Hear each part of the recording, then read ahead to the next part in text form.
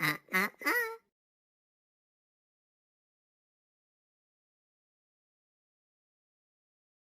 Hoje eu fui numa festinha que não tipo lá porque não acho quase que meio bumbum, mas tá bom.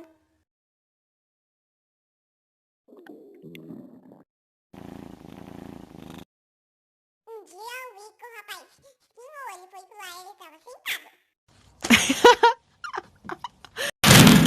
Hoje eu tive que pular só porque ele não foi pra cima, porque quem pegou atrás de mim.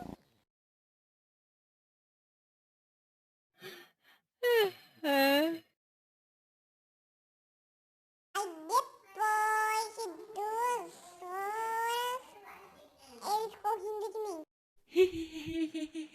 Agora você ri de mim, né, seu cachorro? Eu passei um sufoco.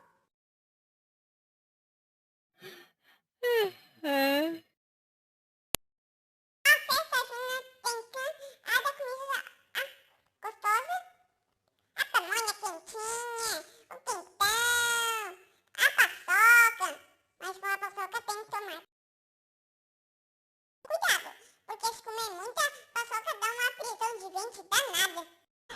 Vamos mandar alô?